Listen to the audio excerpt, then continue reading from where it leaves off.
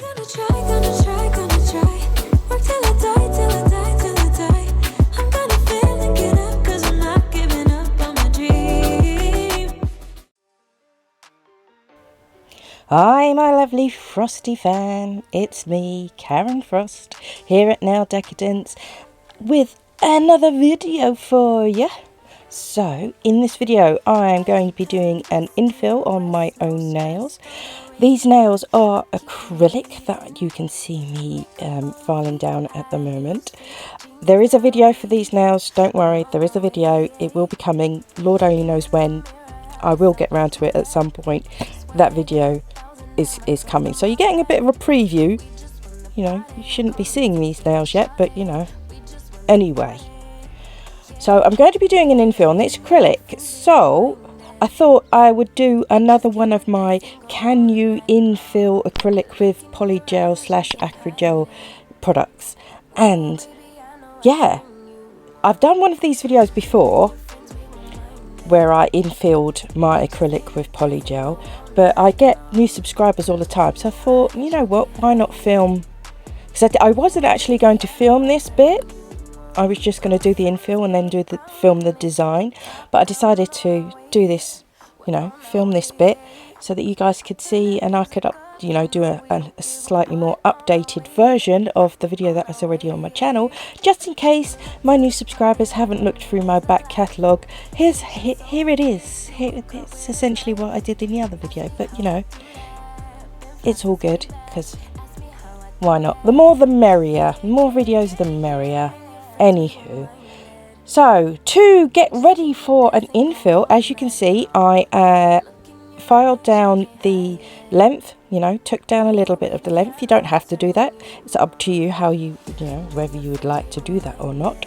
I also clipped the free edge from my index finger because that's my most hooked nail, and as you saw, I did show you that it was, my nail was pointing downwards quite a lot, so rather than trying to correct it with product, which you can do, but considering how long my nails are, it would take an awful lot of product and faffing about to correct that shape. So rather than do that, I just clipped off the free edge, and I will file down the acrylic, as you can see, and then I will apply a new tip and start fresh with that nail, and then it will be much straighter and I don't have to worry about trying to correct the shape of it, and then it will be in line with my other nails going straight out. So if you don't have to correct your hooked nail, you just have to do the other bits that I'm doing. So basically all I'm doing on the other nails is removing the top coat and blending in the cuticle area, well, what was previously the cuticle area, blending that into the natural nail, ready for new product to be applied. Because they are not massively grown out, I don't really need necessarily to do a rebalance on these nails. If they were, say, 5 weeks outgrown, then I definitely would have needed a rebalance on these, but these were, I think, 2 weeks, barely 2 weeks, like 1.5 weeks outgrown. My nails grow really fast, I know, it's ridiculous. So I didn't need a rebalance, but obviously I had a gap at the back that needed sorting, so I filed off the top coat. I'm not bothering to file down the apex because, like I said, there's no need to rebalance them. Once I have done that, as you saw, I push back the cuticles, make some more space for, you know, we need as much nail estate as we can get, so push back those cuticles very gently. I know it looks harsh when you see me doing it on screen, but that's because the video is sped up. Once I've finished pushing back the cuticles, I will then use this teeny tiny cuticle bit, which I absolutely adore. I've got loads of them. They are really, really small, kind of, I don't know, what's the shape of it? They're kind of like a football, American football, rugby ball, some kind of ball type oval shape, and it gets around that cuticle area really, really nicely, and especially in that sidewall, you can see it fits in that sidewall area really nicely because it's a tiny bit, but so good. Have that on a low speed. I'll do one half of the nail, cuticle area that is, and then I will put it in reverse, and then I'll do the other side, which you can see me doing right now. So you really have to get all of that dead skin off the nail plate. That's what cuticle is. It's the skin that's growing on the top of the nail that's stuck to it. If you don't get that off, you will 100% get lifting without fail, because products don't stick to skin, well, not for long anyway. So always make sure you get your prep right. I've got my hands are so dry, and I've got quite a bit of hard skin that's in the way, so I'm just going to use some cuticle scissors to nip a little bit of that away. Now I'm not don't panic, I'm not cutting away a lot. I don't like cutting away a lot, so I'm literally just cutting off the bits that are sort of sticking up and just look gross, but I'm never cutting living tissue. I'm only cutting, the dead hard skin. I mean, you can see I'm taking off minimal amounts, absolutely minimal. Of course, if you don't like to cut or nip away this skin, you can use your e-file with a diamond bit. You can use like the ball ones and stuff to file the hard skin away. You can also do it like that if you so wish, if you're not as confident with cuticle nippers or cuticle scissors. Like I said, I wasn't cutting a lot off, so I was quite happy to just use my nippers, well, the cuticle scissors. They're just really sharp, and you just have to be really careful with them, because it's very easy for you to cut yourself quite deeply with those if you're not extremely careful. If you're bleeding, you've cut too far. End of. You should never be bleeding from your manicure, and if you do, that means that either an accident has happened or someone who doesn't know what they're doing is doing your manicure. You should never bleed from a manicure, ever. So yes, accidents happen, and you deal with it as they come along, but ordinarily you should never be bleeding from a manicure, ever. It's just, no, we're not supposed to break the skin. We're not surgeons. We don't break skin. Anyway, as you can see, that kind of gets me a bit hot under the collar, because it winds me up when I see that people are bleeding from their manicures. It's just horrifying, but yeah. Anyway, on with what I'm doing. Rant over. I'm a bit ranty today. It's probably because I'm peed off. I had an email from the company fixing my laptop, and they said that the parts were coming due in, and then they said, oh, we found another problem with your laptop. I was like, oh, come on, what do you mean you found another problem which may need more parts? I was like, you know what, I can't even talk to you people anymore. I'm gonna have to calm down before I can speak to you people. So I'm not impressed. I'm not in a good mood now. Anyway, let me stop moaning. So I used my sanding bands. I love my sanding bands. They are awesome to just remove the surface shine from that regrowth area and blend any of the acrylic that was there into the natural nail, and also of course to remove any lifted product. I do not remove entirely my acrylic. As you can see on that index finger, I haven't removed all of the acrylic. There's still a little bit left on that finger. I don't remove it unless it's lifted or there's a problem. It's just, there's no point, waste of time, and it protects my nail from being overfiled, so that's why I always leave the thin clear base on.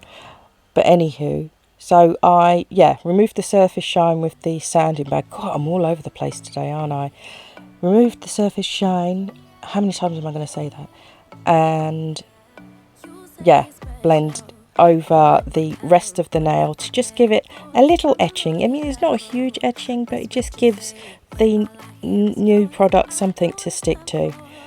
And as you can see, I'm fitting a tip and faffing around with it an awful lot, because I decided to be lazy. Instead of getting my nail glue out, I just used base coat to apply my tip. Like I said, being lazy, couldn't be bothered to just open a drawer and get my nail glue out. I mean, how lazy is that? But anyway, probably would have been quicker had I done that. But there's no problem in you using base coat to apply tips. I've done it loads of times. It's not a problem, because your acrylic or whatever product you're putting over the top will hold that tip in place anyway. So I'm not worried about the adherence factor of base coat. And base coat's pretty good at keeping your nail tips on, as long as you've got that edged nail. I mean, if you really want to be thorough when you're doing that, etch the inside of the tip, then you know it can't pop up. It's not going to pop off entirely, because you're going to have product over the top of it. But if you want to make sure that that does not lift at all, is to etch the inside of the well before you apply it with the base coat onto the nail. Anyway, so I did that. I removed the tacky layer, because base coat has a tacky layer, and then I just shaped all of the nails on the side walls, and of course the tip, to make sure that the tip is going straight out from my side walls and it's all in line, because you want to make sure that it is that way. And I also etched I blended in the tip, of course, the wings. Blend your tips. The nails will just go on so much nicer if you blend your tips. And then I also removed the shine from the tip itself, because Polygel, Acrygel, normal gel, it can have trouble sticking to shiny surfaces. So if you do not etch the tip before you apply gel type products and polygel type products, the nail can pop off from the tip, separate from it. To avoid that happening, it always remove the shine from the tip. It has to be done. You can get away with not doing it with acrylic, because acrylic sticks really well to pretty much anything, but with gel I wouldn't risk it. Definitely etch it. Remove the shine from it if you're putting gel on. So now I'm applying my base coat, and I'm applying it to the entire nail, which I actually didn't need to do, because I'm not applying polygel to the entire nail. I'm just doing a backfill. I was on autopilot and wasn't really thinking about what I was doing. But yeah, you don't actually have to apply base coat to the whole nail. Just apply it to the areas where your polygel is going to be applied, because it's a waste of product otherwise. So yeah, I've just wasted product, but never mind, it is what it is. I was on autopilot. So I applied my base coat, and I allowed that to cure under the lamp for the recommended time. I actually did 60 seconds because that is what I prefer. I didn't want to do the 45 seconds. I wanted to do the full cure of 60 seconds. So that's what I did. And I've not removed the tacky layer at all. And now I can apply my polygel. Now you see where I apply it in that back third. I'm applying it right where I need it to be. I don't need a huge amount of polygel, because like I said, I'm not rebalancing, so I'm not putting in excuse me, I'm not putting in a new apex or anything. I'm just filling in that regrowth area. That is it. So you don't need a huge amount, and there's no point putting a huge amount, because you're only going to end up having to file it down if you do. So just a small amount in that back area, and then you can use your brush with some slip solution and pat and press it in place and blend it into the previous product as you go. when you are using Polygel, do not oversaturate the product. If you use too much slip solution, it can cause problems with your product, and try not to oversaturate and use too much of the slip solution by the cuticle area, because if that gets over your base coat before your Polygel has a chance to get onto it, it can cause adhesion issues, and you don't want lifting. So definitely pay attention to the amount of slip solution you're using throughout the entire process. So you saw I put my little bead of Polygel on. I actually took some off because I put a bit too much on, and then I will dip my brush into the slip solution, pat it on the paper towel, and then I will pat the Polygel into place. I just needed to add a little bit more. I took a bit too much off. So anytime you see me going to dip my brush into the slip solution, you will notice I tap it on that kitchen roll first, because otherwise there'll be just too much liquid in the brush. Once I've tapped it on the kitchen towel, then I can, well, it's actually a lint-free wipe, but then I can pat and press it in place, knowing that I'm not going to oversaturate. You'll know when you need to dip your brush in the solution again, because it will start to become sticky. Once your brush starts sticking to the product, you know that you're going to have to wipe your brush off, dip it in the solution, tap the excess off, and then you can carry on. And you will feel the difference between when it's easy to maneuver and when it's getting sticky. You will feel it. Trust the process, you will feel it. It's hard to explain in words, but you will know what I'm talking about when you do it. And that's all you've got to do, just rinse and repeat. So as you can see, now I've got this full nail to do, so I've applied a lot more product because I have to build the entire nail, including the apex. So yeah, I've put that bead, a rather large bead, in the center of the nail, and then I will focus on my cuticle area first. So I'll push some of the product back towards the cuticle area, get that settled in fairly neatly, and then I will concentrate on the body of the nail. As you can see, I pushed the product right the way down to the free edge to make sure that I do have enough product to cover the entire length of the nail, and then I will focus on bringing it down the side walls right the way down to the edge. And then once I've reached that point, that's when I start focusing on the smoothness of the nail and evening out the surface. So I don't want a super thick free edge, so I spend a bit of time there making sure it's not too thick, and if it has too much there, then you just swipe it back towards the cuticle area. Obviously you're not swiping it all the way back there, but just in that direction. So you're swiping it backwards and away from the free edge. And yeah, you're literally just maneuvering the product where you need it to go. And because it doesn't, the wonderful magic of Polygel or Acrygel, it doesn't cure until you put it in the lamp. So you have got more than enough time in the world to maneuver that product exactly where you need it to be before you cure it in the lamp.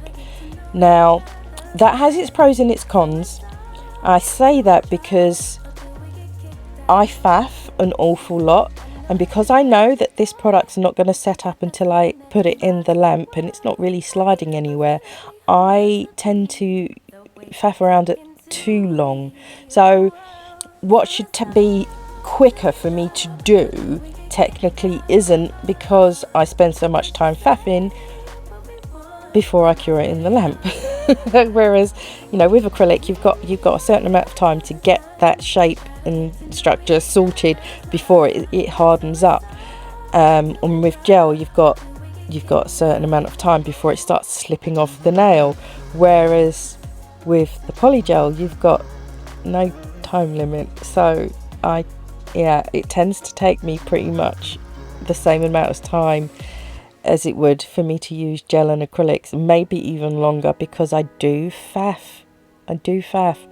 Can't help it. Polygel's just, once I get going, I'm like, oh, let me just smooth this bit. Oh, I'll just smooth it a bit more there, and oh, I'll just smooth, and then yeah. So you don't actually have to smooth it quite as much as I do, because it files really easy. That's the beauty of Polygel and Acrygel products. They file so much easier than straight up acrylic. But yeah, so you don't have to smooth it quite as much as I do. However, it is good to smooth it because it means less filing, and you'll see when we get to the filing I don't actually have a huge amount to do, which is awesome.